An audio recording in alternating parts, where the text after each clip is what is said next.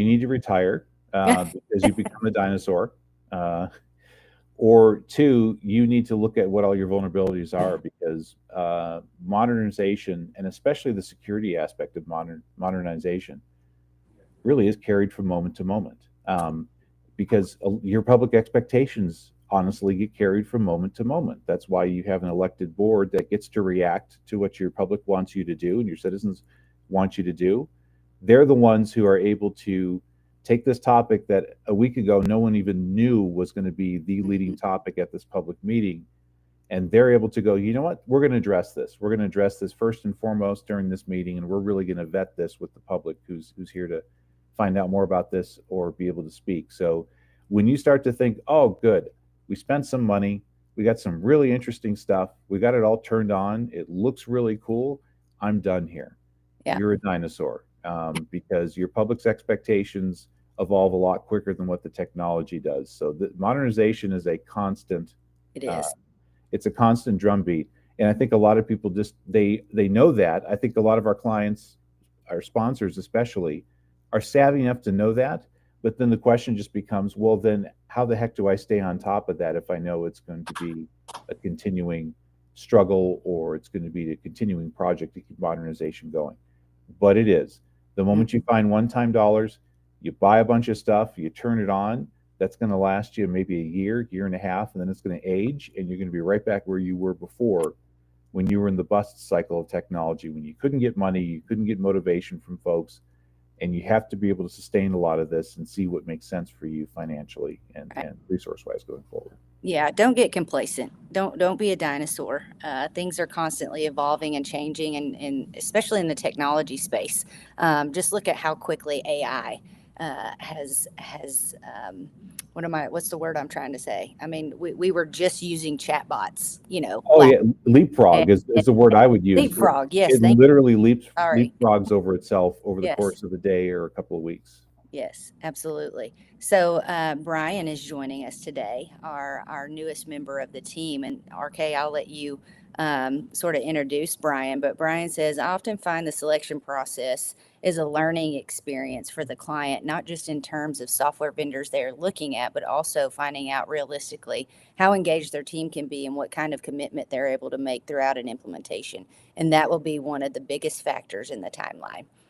Yeah, so Brian, super savvy project manager, and glad to have him on our team. And this question is another example as to why we love having Brian on the team because yeah, he's exactly right. There's this aspect of ERP is not real until situations like this start to occur. And let me phrase that a little bit better. So we don't like our new system. We want to be on a new system. We've got the funding, we've got the political capital, we've got the buy-in from the organization. Let's go. At that point, it's still not real. So when you start diving into the details, like he's talking about with selection, and you start planning out implementation, it starts to become really real to staff. And so then that's where initially there might not be some resistance. Now there might be some resistance from folks who are like, I don't know if I'm going to be able to learn a new system, which honestly a lot of people, that's what they worry about. Is this going to change my job? Is this going to eliminate my job? Am I not going to be able to keep up with the modernization within my department, even though I'm the department leader? But now I have my own insecurities about how this is going to play out. If we're going to dive into the details as to what we need for software, is this going to expose a weakness or vulnerability I didn't know about? These are the things that start to become real for the client as you start actually getting into the nuts and bolts of selection and even by implementation as well. And it's classic. Even when you get to the point of the kickoff for the implementation, everyone's attitude in the room changes. They're excited, but they're also like, oh, wow. Terrified.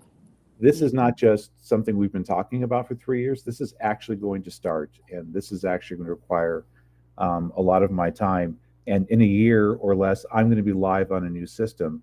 And so coaxing them through that reality and through that step is part of the change management process as well. Which is mind-boggling to me. These clients, no offense, but the clients who don't use a consultant or an independent advisor to hold their hand through this implementation process. They're just working directly with the vendor. I can't imagine how mind-boggling and terrifying that could be as well. Do you have thoughts on not using a consultant, like a small commercial? But in terms of timeline, I can't imagine. I mean, I think that's why a lot of implementations fail. There's no third party PMO to hold those vendors accountable. So, what are your thoughts on that? And then we'll wrap up, RK. Yeah, one of the ways I look at it is you have two distinct silos. Then you've got the client who's in their siloed world. This is all they've known for the past 5 years, in some cases 25, 30 years they've been with the organization. Sometimes they've had the system around for that long, their existing one. So they're in a silo of, they just know their world, and their world includes not having ERP modernization come along every 5 years or every 10 years. So some people have never even been through an ERP selection and an implementation. They're sitting in their silo. The other silo across the way is the software vendor and the implementer for that. They're a little less siloed because they have broad customer experience, but they also know only a few ways of doing things because that's what fits their particular system. This is what fits their standard timeline. And again, they're going for path of least resistance. Yeah. It's not that they're going, let's just get them live and get our money and run. They're going, this is how we know if we implement it on this exact way, we know with 100% certainty that this will work well and you guys will be live. But they're going to be ignoring a lot of other factors involved in this client sitting in their silo.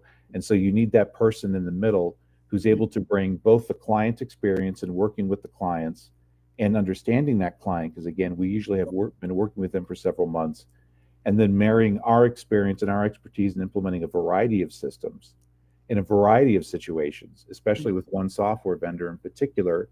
There could be numerous variations on that particular implementation. And so we are able to bridge those silos and prevent it from being, this person speaks this language, the software vendor goes, I don't understand what that means, so let me just reiterate with you that we're going to go live on March 1st.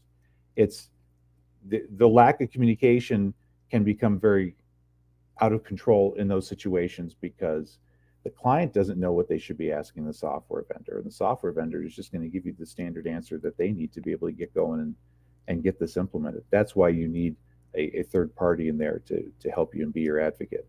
Yes, and in the past, we've seen those who do not use a third-party consultant end up spending way more money in the long run, if you can imagine that. And maybe that's a topic for next time. But guys, we're going to wrap up today. Thank you, Robert, for joining me today, especially since you're on site.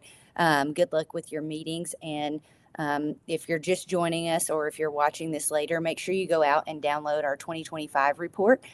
We talk about all things digital transformation, tips, tricks, things to consider. And we're constantly updating that because, again, our dream is to be the trusted advisor in this space as an agnostic partner for our clients. So, Robert, thank you. And we'll see you guys next week. Thanks so much. Thank you. Bye.